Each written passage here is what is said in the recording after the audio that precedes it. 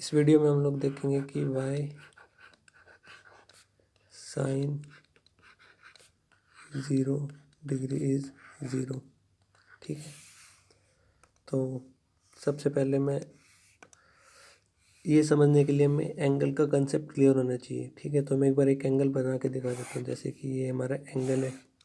ठीक है, ये बनता कैसे, जैसे ये आर्म है, ये वाला आर्म अगर इस साइड बढ़ेगा तो हमारा एंगल बढ़ जाएगा। जैसे कि मान लीजिए ये 30 डिग्री का था,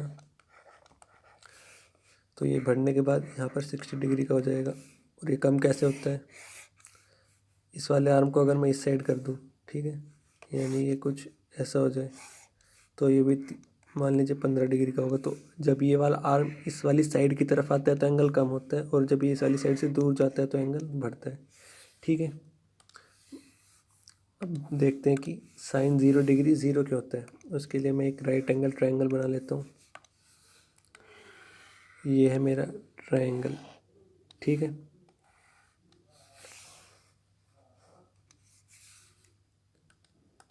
इसकी मैं एक कॉपी ले रहा हूँ ताकि हमें याद रहे कि हमारा ट्रायंगल स्टार्टिंग में था क्या।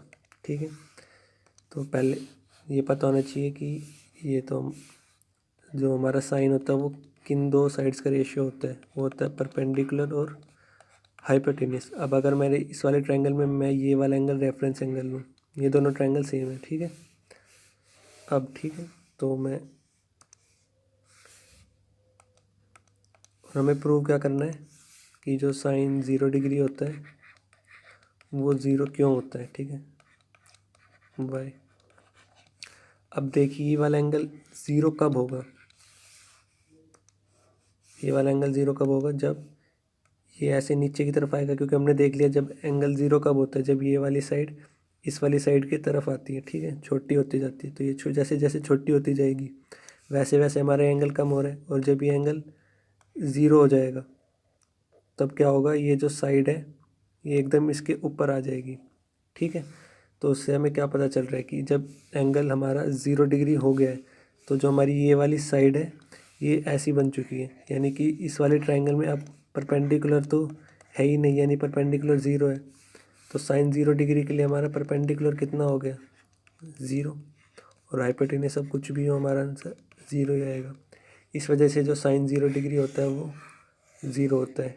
ठीक है,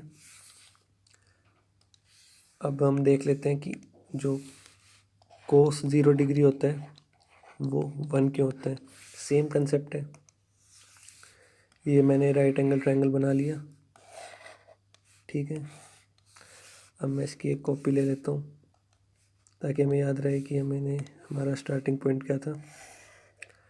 ठीक है, मैंने इसकी कॉपी ले ली। अब जो हमारा रेफरेंस एंगल है वो यही है, थीटा। पहले हमें पता होना चाहिए कोस थीटा होता है क्या। कोस थीटा होता है बेस और हाइपोटेन्यूस का रेशियो। बेस क्या है हमारा, बेस ये है, हाइपोटेन्यूस ये है, तो परपेंडिकुलर ये बचा। अब हमें निकालना है कोस 0। ठीक है, अब कोस 0 के लिए ये एंगल हमें 0 बनाना पड़ेगा।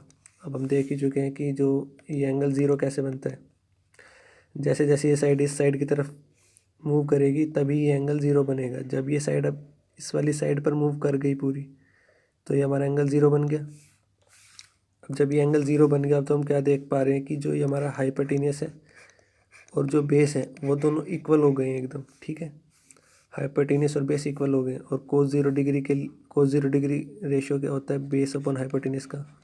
अब ये एंगल जब भी 0 डिग्री बनता है तो हमने देख लिया कि जो बेस और हाइपोटेन्यूस है वो इक्वल हो जाते हैं।